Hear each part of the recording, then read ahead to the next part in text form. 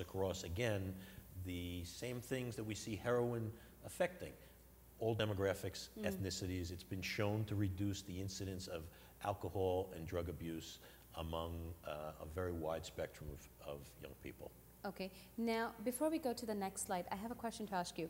If suppose we were to take a look at Long Island, would you be able to say that there are certain pockets of Long Island? Is it more, you know, sometimes you hear people say, well, it's the rich kids that do it. Or sometimes you hear and say, you know what, it's the middle class people that do it. Is there really a connection with that? Is there such a thing that, you know what, you have a rich parent and you have a lot of money available to you, so it's easier for you to do this? This drug transcends economics, it transcends demographics, it transcends race. We've seen from the enforcement side just about anyone you can imagine being arrested, and Jeff has probably seen just about the same spectrum on the treatment side. So, you know, I mean, demographically, if you have more money, maybe you can get your child into treatment more often. Maybe Okay. you have the ability to, you know, provide some level of support that if you are a blue-collar working class that you might have to struggle to do through your insurance or out of your pocket. But as far, we've arrested people in every area of Long Island and literally from every walk of life. Every walk of life. Yes. Now, from the preventative aspect of it, I will ask you a question about it also. Now,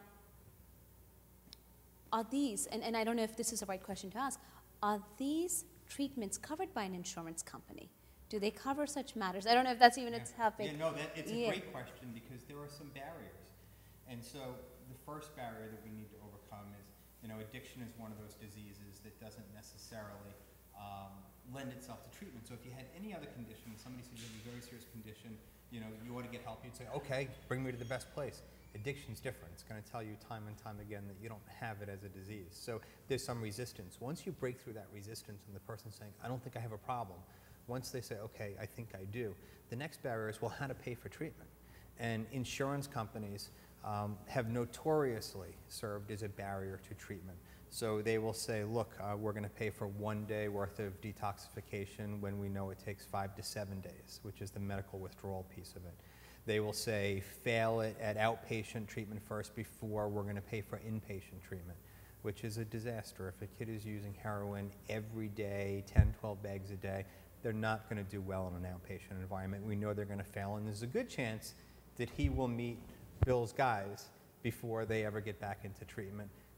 And I hope they meet his guys before they find their way into a coroner's van. The other issue is that very often insurance will only pay for a limited time worth of treatment. And with kids, it takes longer. As we talked about before, if it takes you 2 to 3 years to kind of walk down this road of addiction, it's going to take us as much time to walk you back out. So when insurance companies say we'll pay for a week worth of inpatient treatment, there's a part of me that wants to say, save you money, it's not going to work. No. This takes time, and it takes a lot of work on the part of the person who is trying to reclaim their life and develop those internal resources and find a life in recovery. Having said that, there's a lot of kids that do make it through to the other side, and we often talk about the overdoses and the deaths and that kind of thing, and it's important that we do that. But there's also a number of kids that we know of who we've helped, who have come to volunteer for us, who have walked down this road of addiction. They've come out the other side, and those kids make your best speakers going into schools to say, I was like all of you, and I didn't believe this could happen to me, and here's what my life looked like. And I managed to pull it all together, but boy, was it ugly. So there are a lot of kids that are finding the miracle of recovery and going on to do great things in terms of educating their peers. So then let me ask you something, Dr. Reynolds. What is an average treatment time? Because like you said, if it takes, you know, this addiction doesn't develop overnight. Right. It's not a one-day thing, and yes, it is addictive, I guess, from day one, Yes. as we said. Yes. But at the same time, to get into a bad habit, it's not an overnight matter. Yeah. It takes a while to become to a stage where we're running into your people. Right. Now, the withdrawal symptoms or the treatment aspect of it, how long does it take? I mean, you said 7 days is the medical part of it. Yes. What is the normal course of time to see, to have a person treated for this? Depends on a couple things. Depends on age, drug of choice, how much they're using, how long they've been doing it.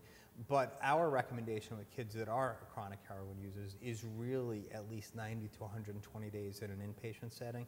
And then understand, and I had made a comment before, that addiction is not curable. It's treatable, but it's not curable, so it never goes away. So that young person will go through their initial inpatient treatment. They'll get detoxed, they'll go to inpatient. They'll likely have to step down into outpatient treatment that they'll go on a weekly basis, sometimes a couple times a week. And for the rest of their lives, ideally, they're involved in a self-help program, Narcotics Anonymous, Alcoholics Anonymous, and that becomes a lifetime journey.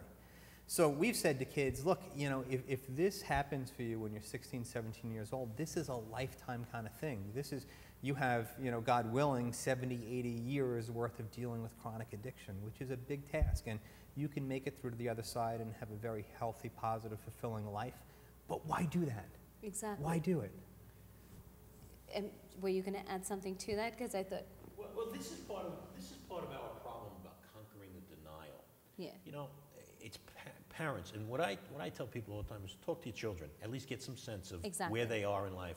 But we see a significant denial about what the face of heroin today is, and that's what we're really trying to conquer. You know, these are scholarship students. These are people with significant lifetime potential who get involved in this. These are not, you know, don't start off as criminals. They don't start off as bad kids. They're good kids. They're your neighbor's kids. They're the kids that grew up in your home.